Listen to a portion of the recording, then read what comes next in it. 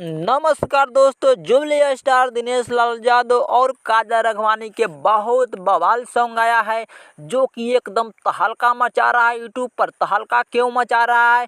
क्योंकि इसमें काजल राघवानी गजब तरीके से बाजा बजा रही है, अंग्रेजी बाजा बजा रही है, बड़ा बड़ा ढोल बजा रही है। तो अगर आप इस गाना को नहीं देखे हैं तो जा कर के देखिए, एकदम दिल खुश कर देने वाला ये सॉन्ग है। अगर आप इस सॉन्ग का नहीं सुने हैं तो जा कर के सुनिए कैसे काजल राघवानी गाना गाए हैं। थोड़ा सा गा के हम सुना देते हैं।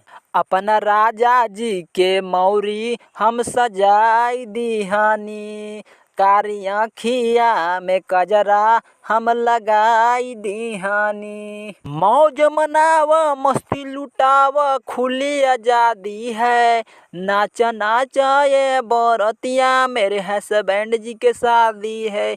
यानी दिनेश लाल यादव काजल राघवानी से विवाह कर रहे हैं। कैसे विवाह कर रहे हैं जा कर के देखिए, एकदम बहुत दिल खुश कर देने वाला ये सॉन्ग है। देखिएगा तो फुल हंसी आएगा।